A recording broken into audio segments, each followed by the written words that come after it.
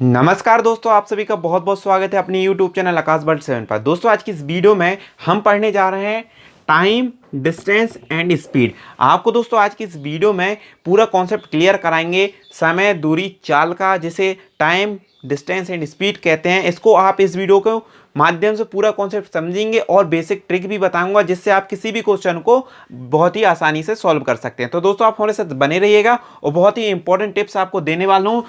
Time, distance and speed के जो भी इंपॉर्टेंट फॉर्मूले वगैरह है उनको आप ध्यानपूर्वक पढ़िएगा और आपके एग्जाम में बहुत ज़्यादा काम आएंगे। चाहे वो प्रोफेशनल एग्जामिनेशन बोर्ड का कोई भी एग्जाम हो, एमपी पुलिस हो, एमपीएसआई हो, यूपीएससी का कोई भी एग्जाम हो, यूपी का कोई भी एग्जाम हो, यूपी पुलिस हो या बिहार पुलिस हो या दिल्ली पुलिस हो या राजस्थान पुलिस, किसी भी एग्जाम को यदि आप देने जा रहे हैं तो आपको उसमें समय, दूरी और चाल के क्वेश्चन जरूर मिलेंगे। तो चलिए शुरू करते हैं। तो सबसे पहले हम टाइम को यहाँ पर हिंदी से डिनोट करके बता देते कि हिंदी में इनको सबको क्या कहते हैं। तो टाइम का हिंदी का मतलब होता है समय, ठीक है। डिस्टेंस मतलब दूरी और चाल मतलब स्पीड मतलब चाल होता है, ठीक है।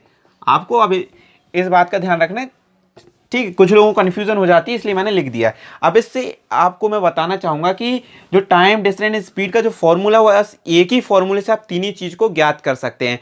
चाहे वो आपको टाइम ज्ञात करना हो, चाहे डिस्टेंस ज्ञात करना हो, चाहे स्पीड, चाहे समय, दूरी, चाल में से कोई भी चीज़ को ज्ञात करना है तो सिर्फ आप एक फॉर्मूले को याद रखिएगा, उससे आप सभी को ज्ञात कर सकते हैं। जैसे कि एक फॉर्मूला है time equals to distance upon speed, ठीक है।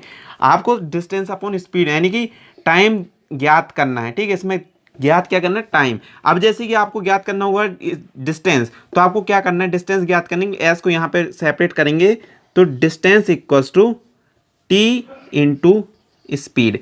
यानी कि यदि आपको दूरी ज्ञात करना है तो टाइम इंटू स्पीड यानी कि समय इंटू चाल का आपको गुणा कर देना, तो इससे आपका दूरी निकल आएगी। अब इसी प्रकार से यदि चाल निकालना है आपको, तो चाल का भी फॉर्मूला कुछ इस प्रकार से है, speed equals to distance upon time.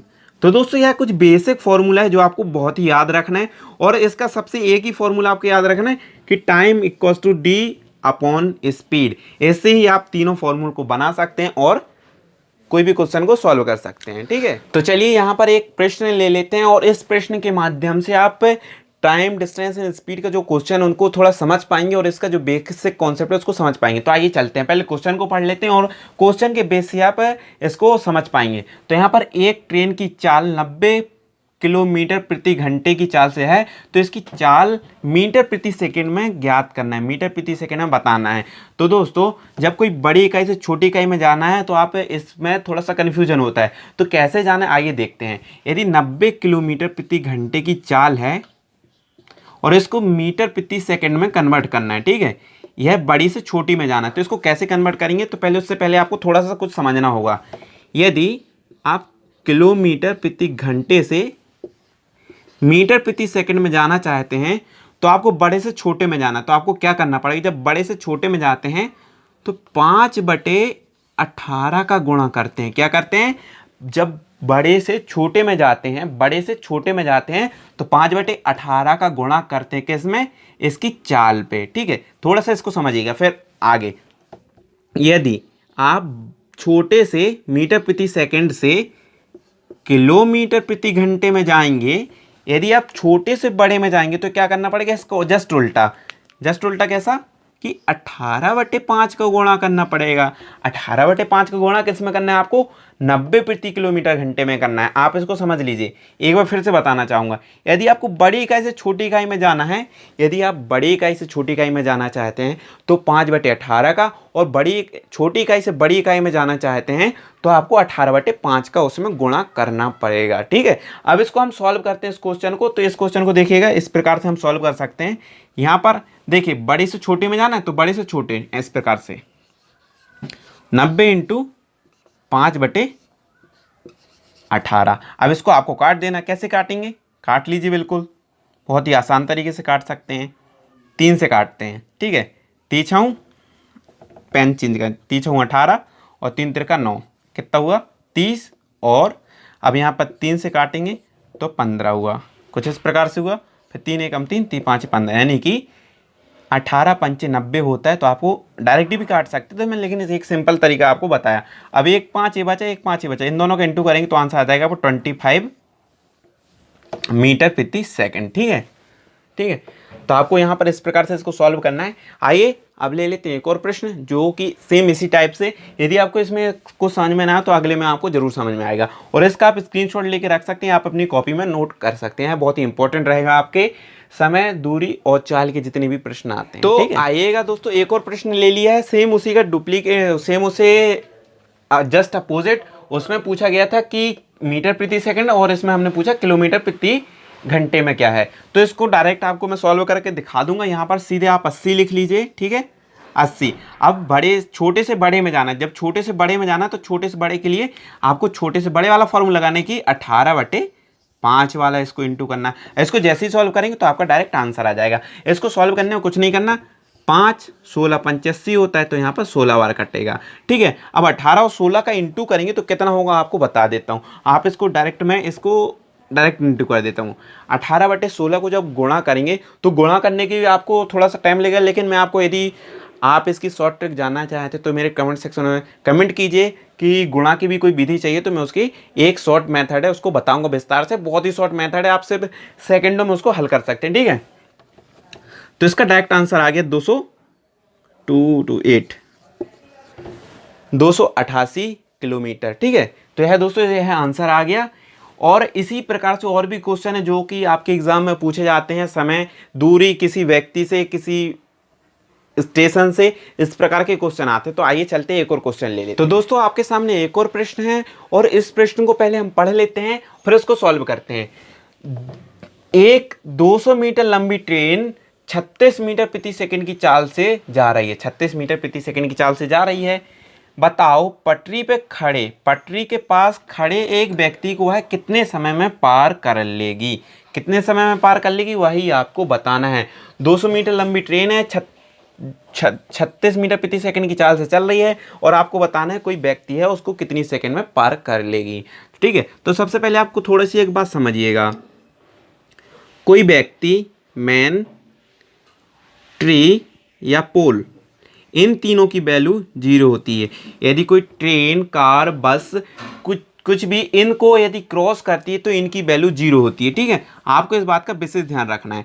यह तो एक नॉर्मल था जो मैंने आपको बताया है, तो छोटी सी बात थी, लेकिन अब इसको कैसे सॉल्व करेंगे। तो दोस्तों इसमें क्या पूछा गया आपको मैं बताना चाहूँगा। इसमें समय पूछा गया, तो इसका फॉर्मूला क्या था, T=D/S, यानी समय, दूरी और चाल, यानी कि आपको दूरी और चाल दी हुई है तो आपको समय ज्ञात करना है। तो इसको किस प्रकार से कर सकते हैं आइए देखते हैं। यहाँ पर 200 दिया है, 200 मीटर दिया हुआ है, और यहाँ पे 36 मीटर प्रति सेकंड का दिया हुआ। अब इसको पहले तो आपको यहाँ पर कुछ बात का ध्यान रखना है कि मीटर प्रति सेकंड में, मीटर प्रति सेकंड में। तो अब इसको बड़ा करने के लिए आपको यहाँ पर 18/5 का गुणा करना पड़ेगा। क्या 18/5 का जब इसको इंटू करेंगे तभी तो यह सॉल्व होगी, जैसे कि अभी हमने पिछले वीडियो में बताया। तो इसको पहले तो आप कट पीट कर लीजिए, जैसे इसका जो कटेगा वह डायरेक्ट यही इसका आंसर होगा। जैसे ही यह कटता वही आपका इसका आंसर होगा। तो क्या 18 दूनी 36, 2 कटा, और इसको आप 2 से काट लीजिए तो 2 एकम 100 कटा, और यहाँ 5 से इसको काट लीजिए तो 5 दूनी 10, तो इसका आंसर आ गया 20। इसका आंसर आ गया, तो है 20 सेकंड में पार कर लेगी। कितने? 20 सेकंड में कोई ट्रेन एक व्यक्ति को पार कर लेगी। तो दोस्तों इसी प्रकार के बहुत और भी क्वेश्चन है, तो आइए देखते हैं। क्या लिखा हुआ है, 120 मीटर लंबे एक रेलगाड़ी प्लेटफॉर्म पर खड़ी है। 120 मीटर लंबी एक रेलगाड़ी प्लेटफॉर्म पर खड़े हैं, एक व्यक्ति को पार करने में 10 सेकंड का समय लेती है। रेलगाड़ी की चाल ज्ञात करना है। तो रेलगाड़ी की आपको चाल ज्ञात करना है, तो मैं आपको सबसे पहले बता दूंगा इसका आंसर तो आपको डायरेक्ट ही आ जाएगा। 120 उसकी क्या है, लंबाई है, और इसको कितने में उसकी जो वैल्यू है वह 10 सेकंड है। मीटर और सेकंड जब दिया है तो कुछ नहीं, आपको डायरेक्ट इसका काट देंगे 0 से 0, तो इसका 12 मीटर प्रति सेकंड में इसका डायरेक्ट आंसर आ जाएगा। ठीक है, इस बात का आपको वैसे डायरेक्ट कोई दिक्कत वाली बात नहीं, डायरेक्ट इसको आप सॉल्व कर सकते हैं। चलिए अपना नेक्स्ट एक और क्वेश्चन देख लेते हैं, और बहुत ही इंपॉर्टेंट है, इस क्वेश्चन को ही हम पढ़ते हैं। चलिए एक और प्रश्न पढ़ लेते हैं। एक 300 मीटर लंबी रेलगाड़ी 72 किलोमीटर प्रति घंटे की चाल से जा रही है, तो बताओ 200 मीटर लंबे प्लेटफॉर्म को पार करने में कितना समय लेगी। तो दोस्तों आपको बताना है पार करने में समय बताना है। यहाँ भी समय पूछा गया, यानी टी पूछा गया है आपसे, टाइम पूछा गया है। तो सबसे पहले आपको मैं बताना चाहूँगा, इसमें एक कॉन्सेप्ट और एक और क्लियर करना चाहूँगा इस क्वेश्चन में। बहुत ही इंपॉर्टेंट कॉन्सेप्ट हुआ है। जब कोई रेलगाड़ी विपरीत दिशा में, यानी कि विपरीत दिशा में, ऐसा विपरीत दिशा में चलती हैं, तो उनकी जो दूरी होती है, इन दोनों की दूरी जो लंबाई होती है, इनको प्लस कर लिया जाता है। जब कोई रेलगाड़ी विपरीत दिशा में यानी आमने सामने होती है, आमने सामने होती है, तो उनकी दूरियों को जो लंबाई है उनको प्लस कर लिया जाता है। और जब समांतर दिशा में, ऐसे समांतर दिशा में चलती, तो उनकी जो दूरी है उनको माइनस कर लिया जाता है। तो इसकी दूरी 300 200 थी, ठीक है, तो 300 लिख लिए, 200 लिख लेते हैं, प्लस 300, ठीक है। ये दो दूरी थी उसकी, इन दोनों को प्लस किए। नीचे उसकी स्पीड कितनी थी, 1 मिनट। स्पीड इसकी थी अपनी 72 किलोमीटर प्रति घंटे की चाल से चल रही थी, 72 ठीक है, 72 किलोमीटर प्रति घंटे की चाल से चल रही थी, किलोमीटर प्रति घंटे की, ठीक है। तो अब इसको आपको क्या करना है, इसको सॉल्व करना है। अब सॉल्व कैसे करेंगे, सबसे पहले तो आपको इसमें 18/5 का गुणा करना है, 18/5।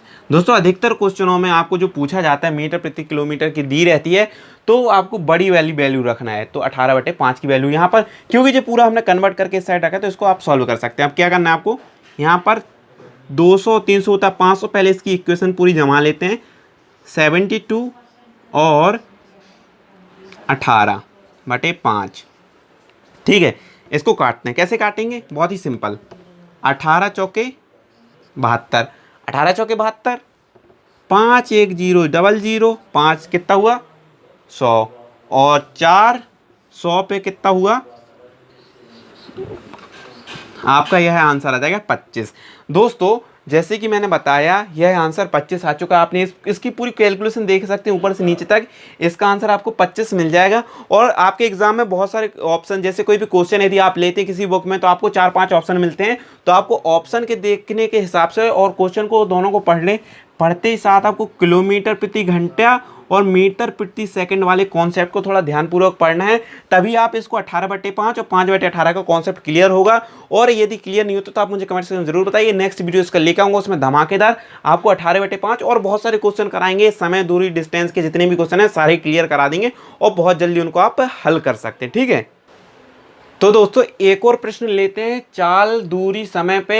इस पे थोड़ा सा और डाउट था, अभी तो कुछ क्वेश्चन कराया, अब इसका थोड़ा सा और डिस्कशन बाकी था, उसको और क्लियर करते हैं। फिर नेक्स्ट वीडियो में हम बहुत अच्छे से और भी क्वेश्चन कराएंगे। तो दोस्तों जैसे कि अभी हमने देखा मीटर प्रति सेकंड और किलोमीटर प्रति घंटे के वाले क्वेश्चन सॉल्व किए। एक में हम करते थे 18/5 का गुणा और एक में करते थे 5/18 का गुणा, ठीक है, जब कॉन्सेप्ट आपका कुछ इस प्रकार का था। और हमने यहाँ पर देखा जब कोई दो ट्रेन आमने सामने से आती हैं, दो ट्रेन आमने सामने से आती है, ठीक है, इसकी लंबाई 100 है, इसकी लंबाई 150 है, ठीक है। तो जब लंबाई आमने सामने आती है तो उनकी जो लंबाई होती है, दूरी होती है, पहली बात तो दूरी और लंबाई एक ही चीज़ होती है। तो दूरी और लंबाई जब एक ही समान होती है तो इनको प्लस किया जाता है। जब आमने सामने होंगे तो इनको हम प्लस करेंगे, ठीक है।